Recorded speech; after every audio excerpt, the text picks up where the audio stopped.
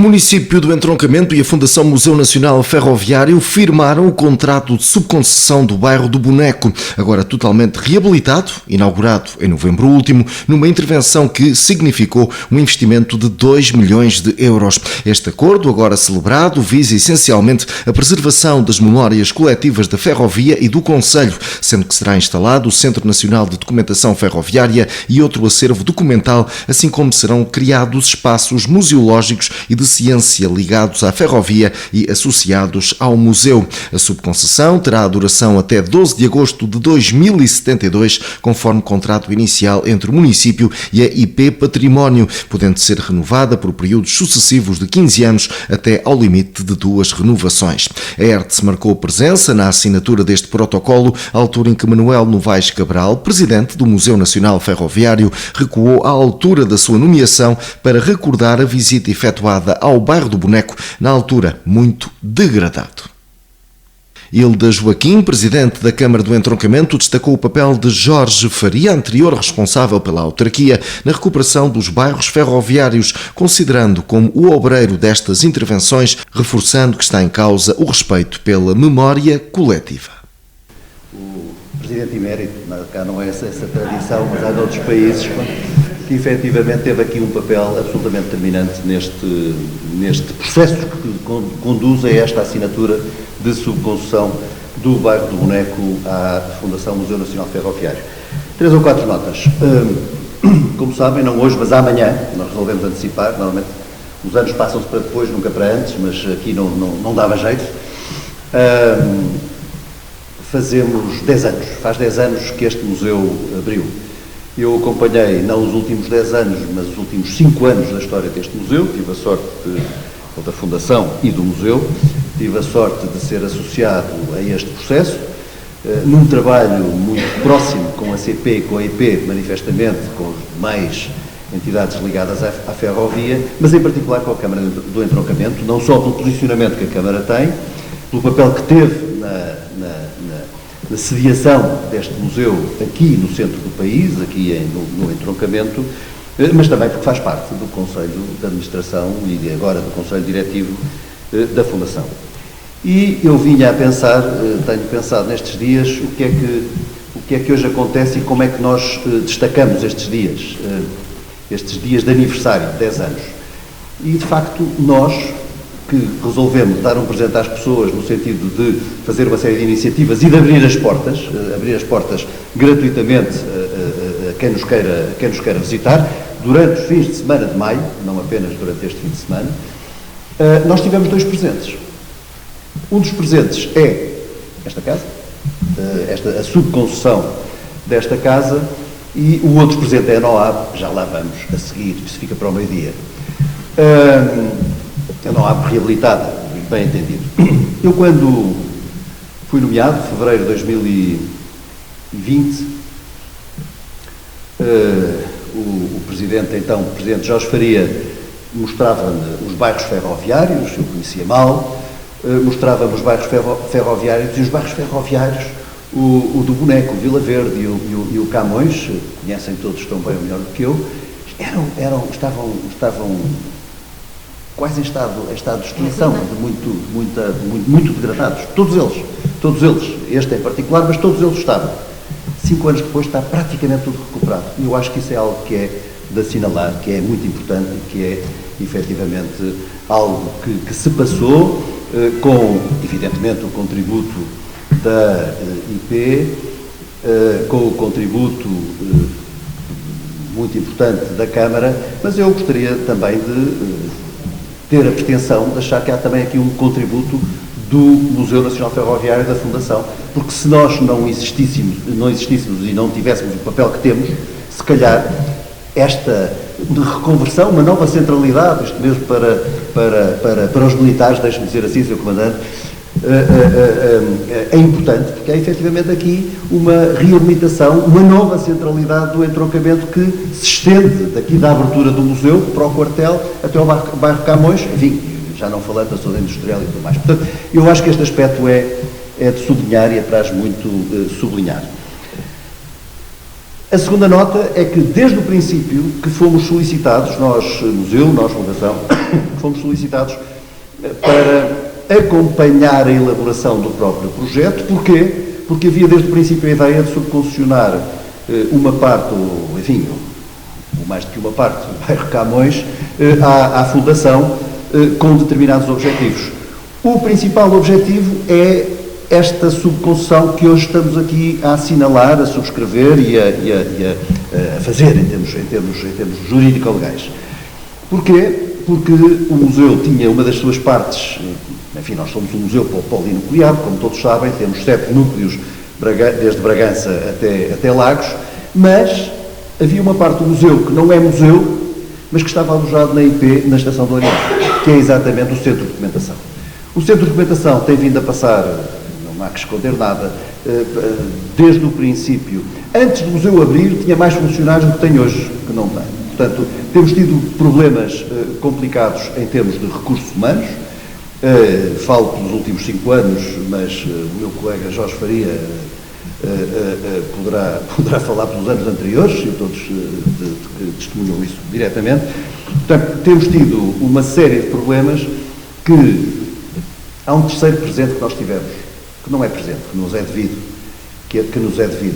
que é efetivamente a resolução da parte financeira. Nós tivemos a publicação dos nossos estatutos em 2023, no dia 2 de janeiro, o Decreto-Lei 1/2023. Com a publicação dos nossos estatutos havia um conjunto de coisas que se iriam resolver. A questão financeira resolveu-se, está a resolver-se, mas está resolvida a 50%, este mês, esta semana, literalmente esta semana. Portanto, estava a dizer que era o terceiro presente, mas não, porque isto é algo que nos é devido ex ante, digamos assim.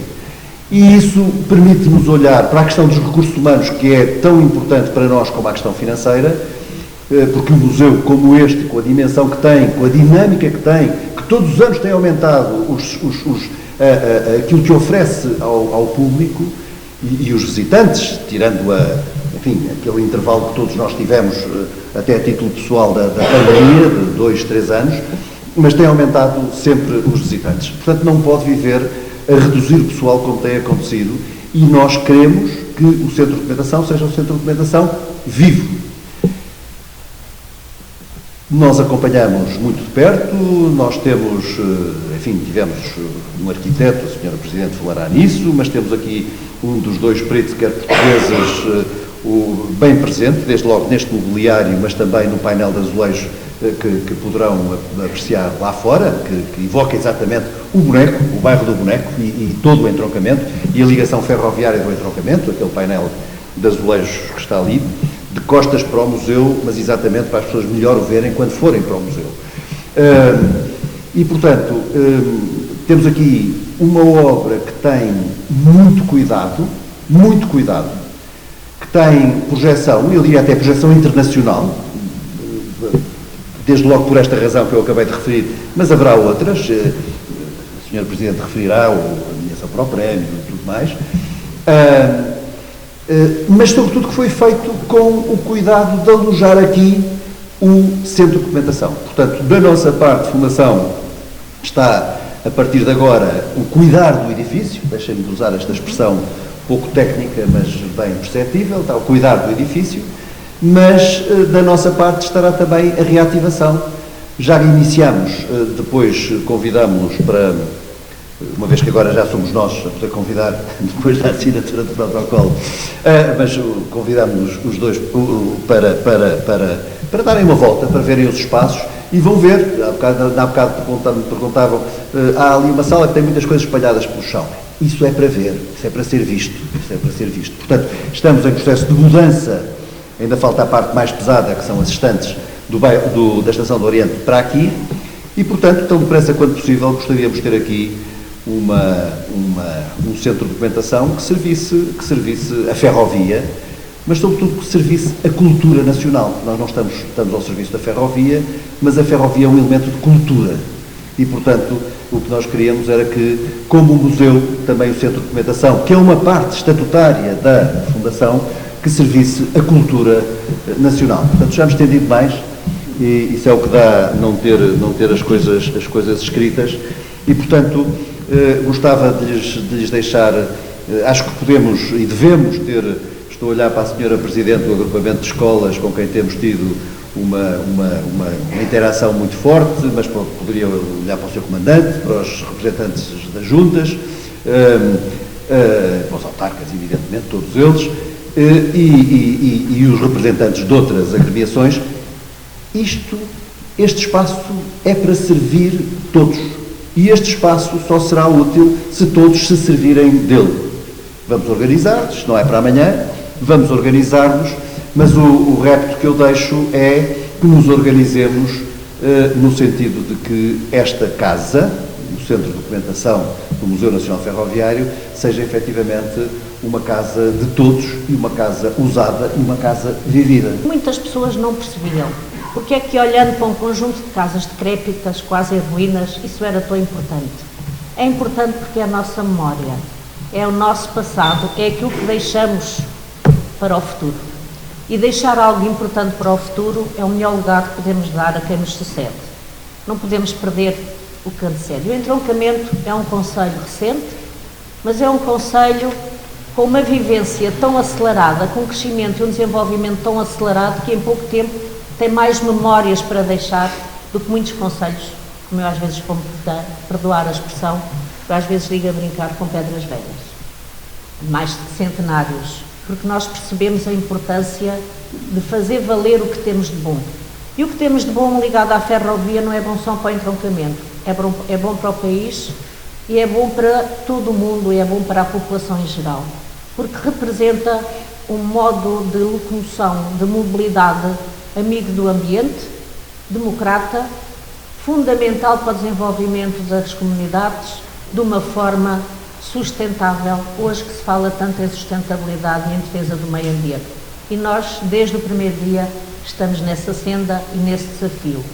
Houve momentos menos bons, a vida, a sociedade, os ciclos sociais e económicos fazem-se por altos e baixos. Nós já vivemos momentos em que as pessoas desacreditaram no comboio, na CP, na ferrovia. Vivemos agora um momento em que acreditamos todos da sua importância e queremos trabalhá-la. E recuperar os bairros ferroviários não podia estar melhor integrado nesta perspectiva. É importante termos conseguido que o museu se concretizasse realmente no entroncamento. Poderia não ter sido. Foram anos de luta, desculpem-me a palavra, a trabalhar para que o entroncamento não fosse desconsiderado como o local mais importante para instalar o museu. Foram anos de trabalho árduo para concluir a empreitada de recuperação das naves. São coisas que ficam no passado, que não fica escrito, mas de grande trabalho, grande esforço e muita imaginação para ultrapassar os problemas que existiam. Mas isso lá vai, o que importa é o que temos aqui. E o que temos aqui é o mais fácil, Sr. Presidente. O Sr. Presidente Manuel Novaes Cabral já explicou, por excelentes palavras, a importância do museu, a importância de termos este espaço, mas eu tenho para mim que o mais fácil está feito. O mais difícil é garantir agora, para o futuro, que haja continuidade, sustentabilidade, que o museu se renove, continue a ser premiado como tem sido, que este centro de documentação tenha de tal maneira a atratividade que não só os investigadores, mas como a população, os mais interessados na cultura, tenham vontade de cá vir e possam consultar tudo o que de importante aqui possa existir e serem os colaboradores ativos na divulgação e na manutenção de um espaço interessante, com vida e que sirva a cultura e o país e a nossa memória. E nesse sentido, posso adiantar ainda que estamos a trabalhar também num projeto que nos é também começado pelo Presidente Jorge Faria, que é o Centro de Ciência Viva Ferroviário.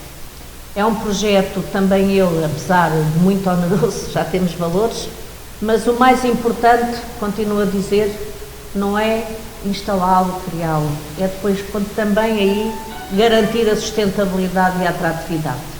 Temos vários processos em curso, ainda é prematuro falar neles, no sentido de que esses requisitos também venham no futuro a concretizar-se, nomeadamente através de projetos financiados e de programas que estão em estudo para que o Centro de Ciência Viva Ferroviário, único no país, nas condições que temos aqui, são com certeza únicas, possa também ele ser um polo de atratividade e de divulgação, não só do entroncamento, mas da importância da ferrovia para as comunidades mais novas e os jovens que iam vir a gerir este país e o mundo até. Isto é o que eu tenho para dizer, agradecer a colaboração do Museu, agradecer toda a disponibilidade, agradecer o trabalho de todos os técnicos que se envolveram, desde engenheiros, desde a comunicação, pessoal administrativo, técnicos superiores, que têm trabalhado arduamente para estarmos aqui hoje. Mesmo depois de considerarmos a empreitada encerrada, continuamos aqui a trabalhar e a resolver pequenas questões, que sem este trabalho formiguinha nós não estávamos aqui.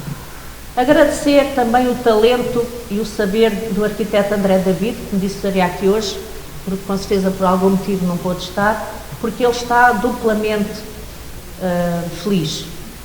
Ele recebeu uma grande distinção com o projeto da nova centralidade da biblioteca, tem uma medalha de ouro europeia do melhor projeto de bibliotecas, que já recebeu. O tempo passa e de facto estávamos há pouco a conversar com a APAC que a pandemia deixou-nos aqui com um lapso de memória que parece que aqui 2 ou 3 anos que não existiram, mas existiram e atrasaram tudo isto. E teve essa medalha de ouro e teve agora outra distinção com este projeto, na medida em que o projeto foi selecionado para o prémio da melhor reabilitação nacional. O resultado saiu no dia 15, não foi premiado, mas está divulgado entre um dos projetos selecionados no país e por si só já é uma grande distinção.